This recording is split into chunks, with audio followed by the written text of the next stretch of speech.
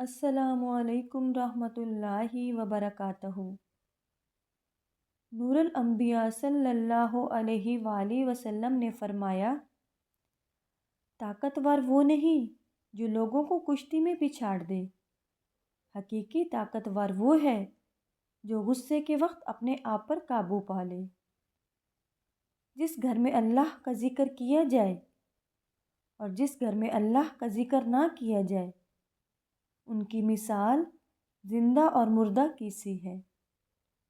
تم میں سب سے زیادہ سچے خواب دیکھنے والا وہ ہے جو تم میں سے سب سے زیادہ سچی بات کہنے والا ہے۔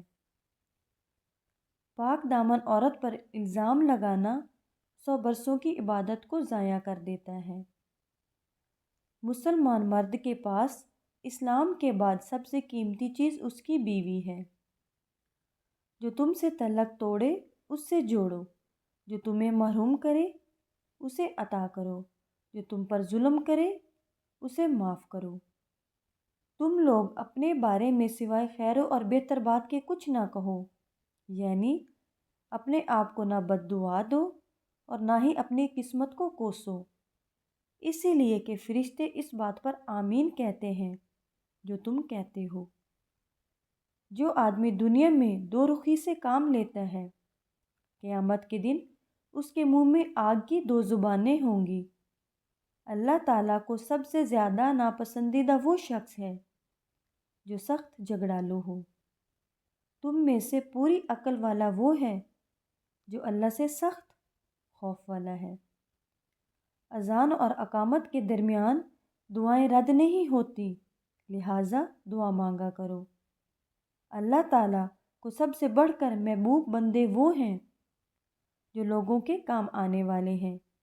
اللہ عز و جل کو سب سے زیادہ پسندیدہ عمل کسی مسلمان کو خوشی فراہم کرنا یا اس کی کوئی تکلیف دور کرنا یا اس کی بھوک مٹانا ہے۔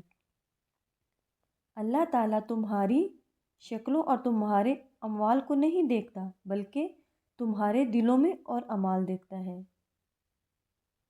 جب بندہ جھوٹ بولتا ہے تو فرشتے اس کے جھوٹ کی بدبو کی وجہ سے 1 میل دور چلا جاتا ہے۔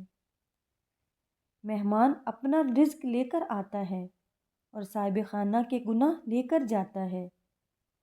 اعمال کا انحصار نیت پر ہے اور ہر آدمی کے لیے صرف وہی ہے جس کی اس نے نیت کی۔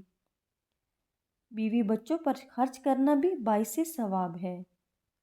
جو کسی مسلمان کو ایسی جگہ ذلیل کرے گا جہاں اس کی عزت جاتی ہے، تو اللہ تعالیٰ ایسی جگہ ذلیل کرے گا جہاں اسے اللہ کی مدد کی ضرورت ہوگی۔ باپ کی دعا اولاد کے لیے ایسی ہے جیسے نبی کی دعا امت کے لیے۔ اللہ نے تمہاری شفا حرام چیزوں میں نہیں رکھی۔ خدا اس پر رحم کرے جو اپنی زبانوں کو مسلمان کی بدگوئی سے روکتا ہے۔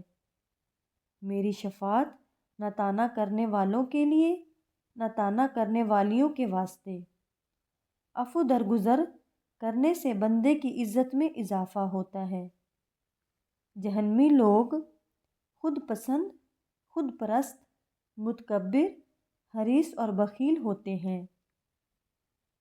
میری امت کے تمام لوگوں کے گناہ اللہ بخش دے گا، سوائے ان لوگوں کے جو گناہ کر کے لوگوں کو فخر سے بتائیں کہ ہم نے یہ گناہ کیا ہے۔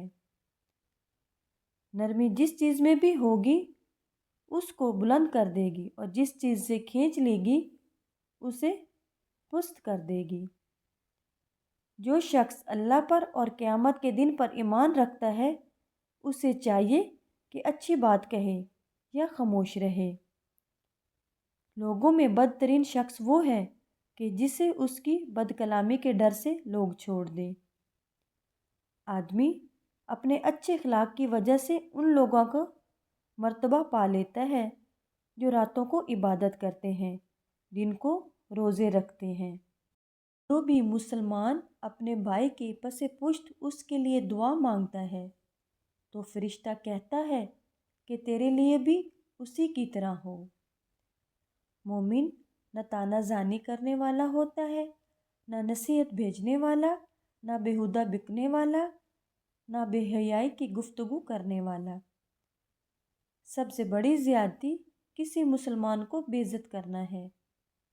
اللہ تعالیٰ فرماتا ہے، جو لوگ میری عظمت و جلال کی وجہ سے آپس میں محبت رکھتے ہیں، قیامت کے دن ان کے لیے ایسے نور کے ممبر ہوں گے جن پر انبیاء اور شہداء بھی رقص کریں گے۔ اللہ تعالیٰ نرمی کا معاملہ کرنے والا ہے اور نرمی کے معاملے کو پسند فرماتے ہیں، اور نرمی ہوئی پر وہ اجر عطا فرماتے ہیں جو تندی اور سختی پر نہیں دیتے۔ مسلمانوں، جب تم کسی آدمی کے عیب بیان کرنا چاہو تو پہلے اپنے عیبوں کو دیکھ لیا کرو۔ مسلمانوں، اپنی قوم کے نادانوں کے ہاتھ تھام لیا کرو، اس سے پہلے کہ ان پر عذاب الہی نازل ہو۔ دو ساتھی تیسرے کو چھوڑ کر سرگوشی نہ کرے کہ تیسرے کو اس سے غم ہوگا۔ مومن کی مثال لہلہاتی کھیتی کی طرح ہے جسے آندھی ادھر ادھر جھکتی رہتی ہے۔ جب تم چاہو کہ تجھ سے لوگ محبت کریں تو دنیا سے بے رغبت ہو جا۔ آزمائش جتنی سخت ہوتی ہے اس کا بدلہ بھی اتنا ہی بڑا ملتا ہے۔ بہترین آدمی وہ ہے جو لوگوں کو نفع پہنچائے۔ اللہ کے نزدیک دعا سے بڑھ کر قابل عزت کوئی چیز نہیں۔ مجھے تمہاری دنیا میں سے 3 چیزیں محبوب ہیں: خوشبو، نکاح اور نماز۔ سخت دل آدمی اللہ تعالیٰ سے بہت دور رہتا ہے۔ رزق حرام کھا کر عبادت کرنا ایسا ہے جیسے ریت یا پانی پر گھر بنایا جائے۔